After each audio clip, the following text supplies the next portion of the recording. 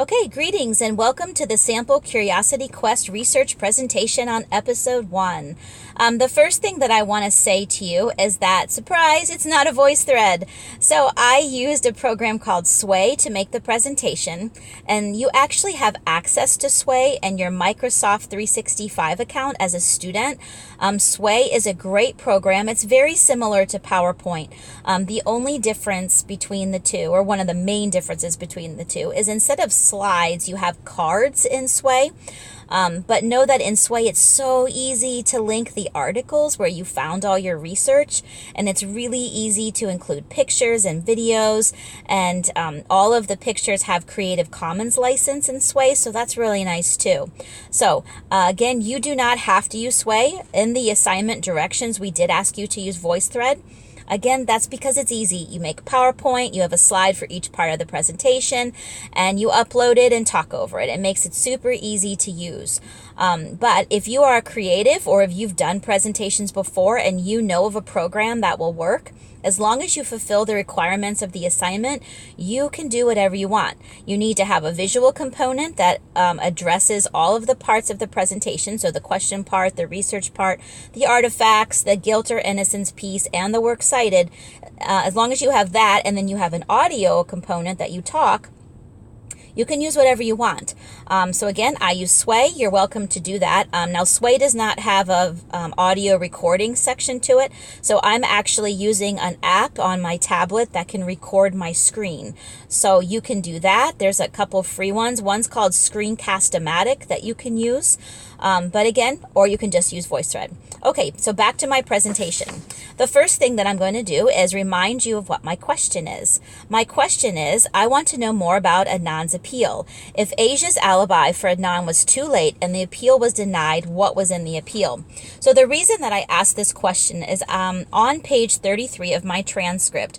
This was the part right after Sarah finally talks to Asia. She mentions that, she calls Adnan and she says, "Hey, I found Asia. I feel like I found this rare woodpecker." And, Adnan just isn't really that impressed, and he doesn't really seem to care because, and he says, quote, "It's too late." And then again later, when Sarah's talking to Rabia about it, quote, "When I told Rabia I talked to Asia, she immediately burst into tears because they were all correct. It was too late. The judge ruled on Adnan's petition a few weeks before I spoke to Asia. Denied." All right. So I want to know more about it. What the heck happened? Because Asia's alibi helps to prove that Adnan is innocent, especially according to the state's timeline. So this didn't make sense to me, and I wanted to know more. All right, so my answer first, in order to find my answer, I first went to an article on ABC News.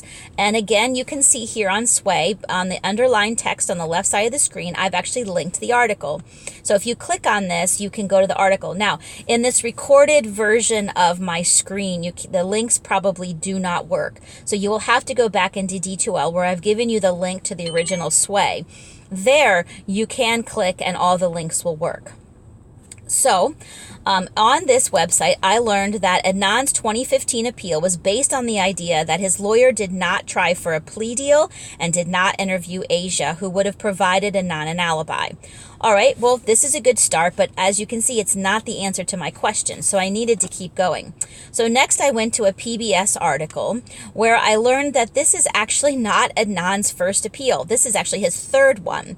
The first one, which was denied, was for post-conviction relief. The second one was also denied. It was for ineffective counsel based on the idea of Asia's alibi.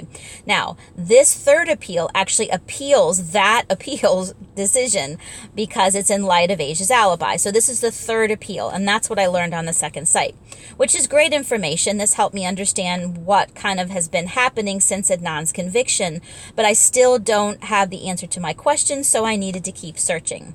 And then I went to an article on the New York Times, and here I learned that in November 2015, Adnan was granted a new hearing, and at this hearing, he would actually be able to deal with Asia's alibi, and he could also introduce or challenge the cell phone data. So, as you can see on the right side of the screen, there's a link to the judge's order. Again, on the regular Sway presentation, you can click that. It's kind of neat that you can actually see the judge's order with his signature, and it's just really cool. So you can read the order and see that he decided to grant Adnan a hearing.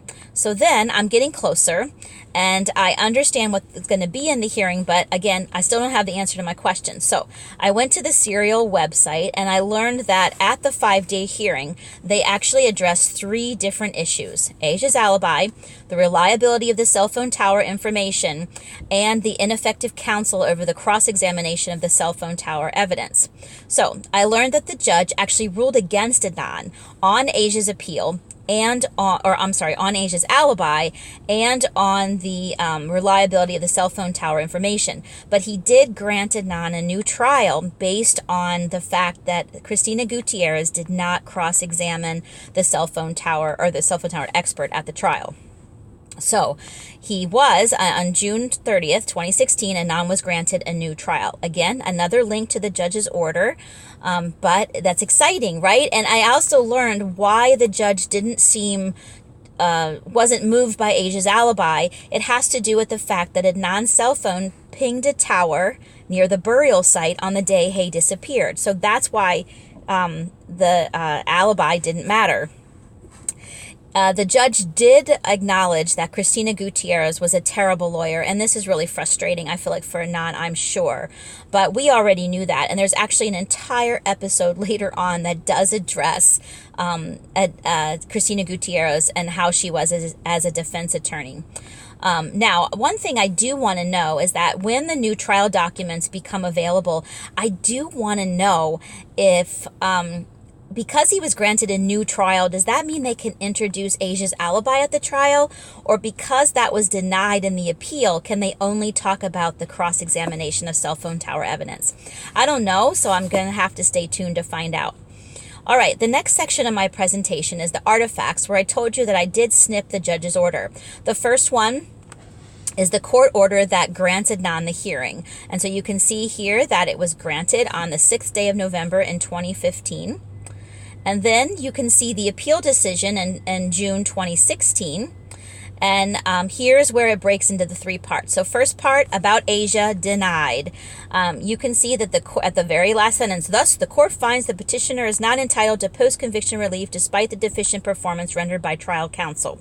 So they are acknowledging that Cristina Gutierrez did not handle the whole Asia alibi thing very well. But again, it has to do with the cell phone tower location evidence for Adnan's cell phone pinging the tower in Lincoln Park. So that's the problem. Next, about the cell phone towers, this one was also denied. This has to do with the Brady Rule, and I actually know a little bit about the Brady Rule. The Brady Rule obligates the prosecution during discovery, where if they find what's called exculpatory evidence, that they must disclose this evidence to the defense. And exculpatory evidence means that if they find something that proves Adnan is innocent, they actually have to share it. They can't hide it. So that's what the Brady Rule is, and that's what this part mentions, but they say denied.